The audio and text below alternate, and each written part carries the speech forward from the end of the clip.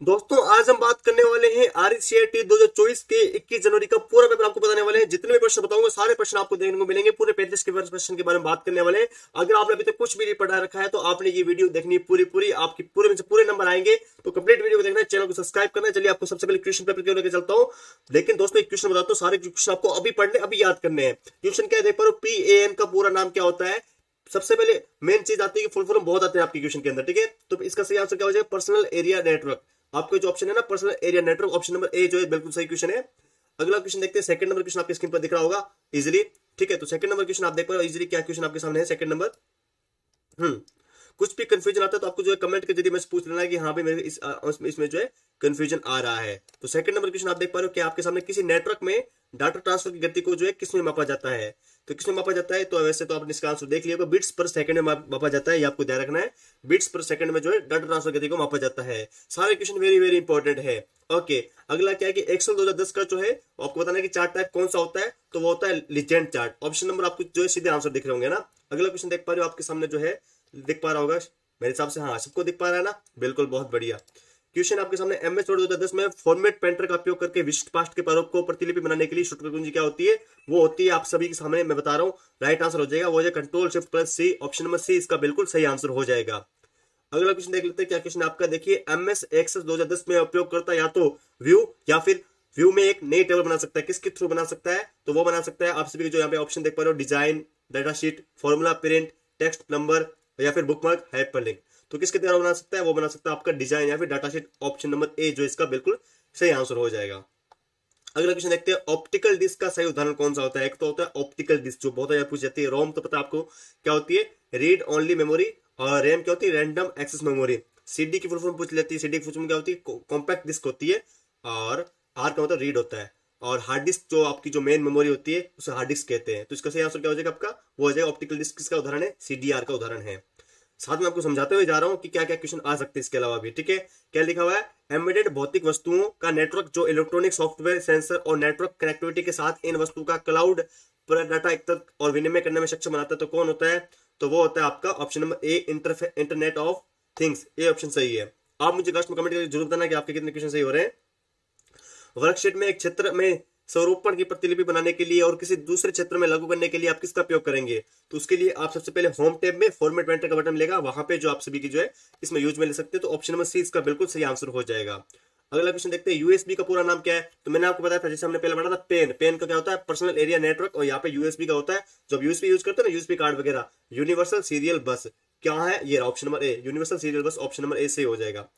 अगला क्वेश्चन देखते हैं, DBMS ACID प्रॉपर्टी का अनुसरण करता है। ACID का मतलब क्या होता है, तो ACID का मतलब क्या होता है, वो होता है आपका ऑटोमेटिक कंसिस्टेंसी आइसोलेशन में ड्यूरेबिलिटी। इसके साथ मैं आपके लिए एक इंपॉर्टेंट न्यूज बता दूं क्या है आप सभी के लिए, वो है न्यूज देख पा रहे हो आपकी स्क्रीन पर दिख रहा होगा कि RCET में एग्जाम में छपने वाले प्रश्न है वो आपको हमारे ऐप ORJAT एप्लीकेशन में मिल जाएगा। आप गूगल पे सर्च कीजिए, प्ले स्टोर पे, वहां पे जो है आपको मात्र 21 रुपए में PDF मिल रही है, जहां पे सिर्फ 150 क्वेश्चन है। आप वो पढ़िए और आराम से 100% वहां से 35 में से 30 क्वेश्चन आपको मिल जाएंगे। तो जल्दी से बाय कर लीजिए। आप जो है नंबर दिख रहे हैं, हेल्पलाइन नंबर, यहाँ पे संपर्क कर सकते हो। ओके ठीक है, फिर बढ़ते हैं अगले क्वेश्चन की ओर। अगला क्वेश्चन देख पा रहे हो यहाँ पे क्या है, टेलीफोन लाइन पर डिजिटल डाटा भेजने के लिए हम किसका उपयोग करते हैं।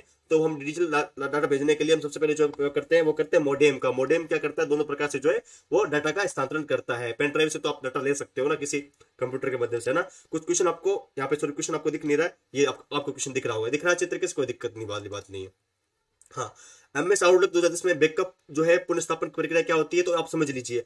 आउटपुट में पहले अपनी सामग्री को .pst फाइल के रूप में निर्यात करें, यानी एक्सपोर्ट करें, और एक ही बार में अलग अलग कंप्यूटर पर या किसी अन्य में प्रोफाइल में सब कुछ आयात कर लें, यानी इंपोर्ट का जो है ऑप्शन यहाँ पे बन जाता है। ऑप्शन नंबर ए इसका सही आंसर है।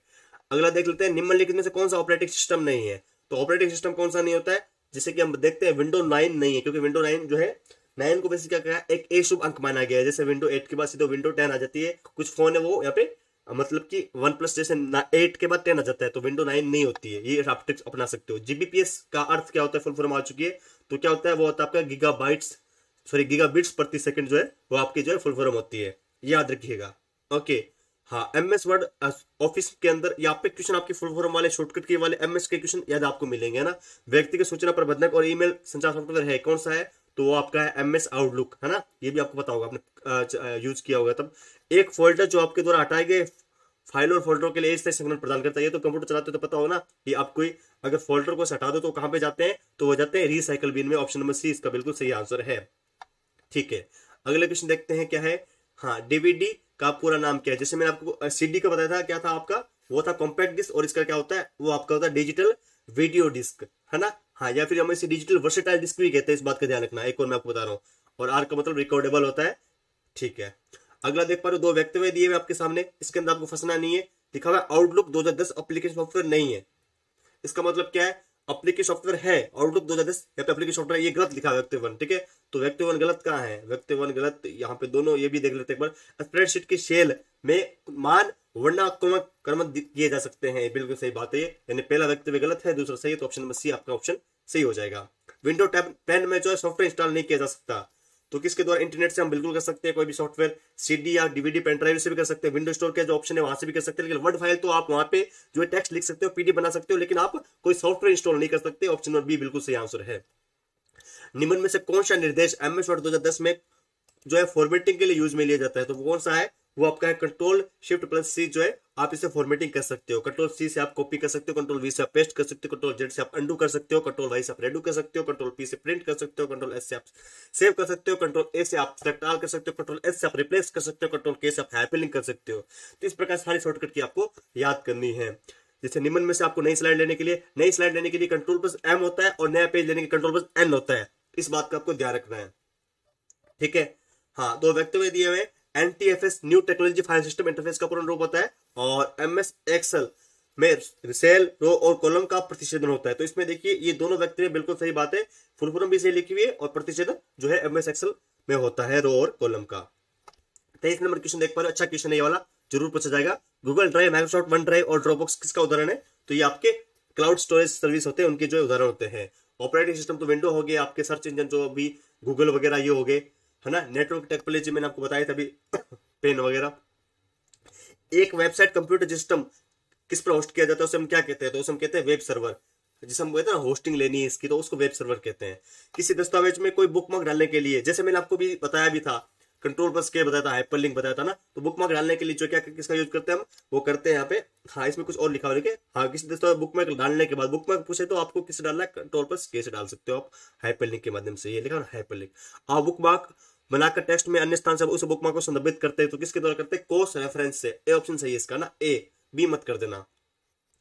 आपकी स्क्रीन पर किसी ऑब्जेक्टिव का स्क्रीनशॉट लेने के लिए आप विंडो में से कौन सा जो है उसका यूज करोगे, तो आप एक तो शॉर्टकट की भी आती है विंडो शिफ्ट प्लस एस, इसके अलावा एक ऑप्शन होता है स्लिपिंग टूल का, उससे भी आप कर सकते हो। ऑप्शन नंबर सी सही आंसर है। ठीक है, बाकी कैलकुलेटिंग से स्क्रीनशॉट होना ले सकते हो यार, थोड़ी सी जानकारी तो आपको आनी चाहिए।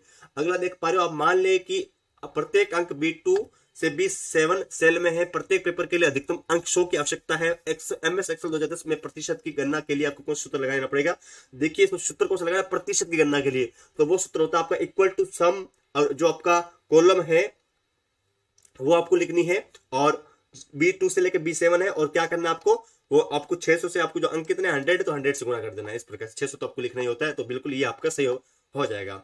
एमएस वर्ड 2010 में सबसे नीचे की क्षैतिज पट्टी होती है, जिसमें प्रश्न संख्या शब्द गणना जैसे विकल्प होते हैं, सब क्या कहते हैं, जो सबसे नीचे नीचे होती है उसको हम स्टेटस बार कहते हैं, जो ऊपर ऊपर होती है उसको हम टाइटल बार कहते हैं, या फिर हेडिंग बार भी कह देते हैं। ठीक है ना, ये पता होना चाहिए। अगला देख पा रहे हो आप, एमएस पावरपॉइंट 2010 में किस टाइप से चित्र, टेक्स्ट बॉक्स और चार्ट आदि इत्यादि शामिल कर सकते हो, तो आप इंसर्ट ऑप्शन से कर सकते हो। और कौन सा विंडोज 10 निर्मित टूल हस्तलिखित गणितीय अभिव्यक्ति को पहचान कर वर्ड प्रोसेसिंग या कंप्यूटेशन प्रोग्राम में डाल सकते हैं, तो वो कौन सा होता है, वो आपका होता है math input tool. B option बिल्कुल सही आंसर हो जाएगा। अगला है एसक्यूएल का पूरा नाम क्या है, बहुत अच्छा क्वेश्चन है, इसका आंसर हो जाएगा स्ट्रक्चर्ड क्वेरी लैंग्वेज। ओके, हाँ, कुछ क्वेश्चन हमारे रह चुके हैं भैया, सब्सक्राइब कर दो और पीडीएफ जरूर ले लेना वहां से। भंडारण एक सेवा मॉडल है जिसमें डेटा को अनुरक्षित, प्रतिबंधित और दूरस्थ रूप से बैकअप किया जा सकता है, और उपयोगकर्ता को आमतौर पर नेटवर्क के माध्यम से उपलब्ध कराया जा सकता है, तो कौन सा होता है, तो वो होता है आपका क्लाउड। ऑप्शन नंबर सी बिल्कुल सही आंसर है। हाँ, अगला है निम्नलिखित में से कौन सा अटैक मूल संदेश को संशोधित किया जाता है, मॉडिफाई किया जाता है, तो वो होता है आपका एक्टिव अटैक। इसका आपको ध्यान रखना है। अगला क्वेश्चन की बात करते हैं, निम्न में से कौन सॉफ्टवेयर सिस्टम का एक उदाहरण नहीं जिसे वर्ल्ड वाइड वेब पर जानकारी खोजने के लिए डिजाइन किया जाता है, तो वो आपका कौन सा है, वो आपका है ऑप्शन नंबर ए पेंट, इसका बिल्कुल सही आंसर हो जाएगा। अगला देख पा रहे हो, निम्नलिखित में से कौन सी पहली पीढ़ी के कंप्यूटर का मुख्य घटक है, तो वो आपका ऑप्शन हो जाएगा ट्रांजिस्टर्स, ऑप्शन नंबर बी इसका बिल्कुल सही आंसर है। तो ये आपके 35 क्वेश्चन थे, very very most important question है, ध्यान रखना सारे क्वेश्चन आएंगे, अच्छी तरीके से पढ़ना है। इसके अलावा जो मैंने पीडीएफ दे रखी है वो आपको जरूर पढ़नी है, मात्र 21 रुपए में ओनली 150 क्वेश्चन है, वहां से गारंटी शुदा जो है 30+ क्वेश्चन मिलेंगे, ये आप लिखवा लेके ले लीजिएगा। हेल्पलाइन नंबर दिख रहे हैं तो आप मुझे वापस कॉल करके कर लीजिए, कुछ भी हो सके तो 21 रुपए में आप कर लीजिए, और चैनल को जरूर सब्सक्राइब कीजिए क्योंकि आपका RST का 1 नंबर चैनल है। धन्यवाद।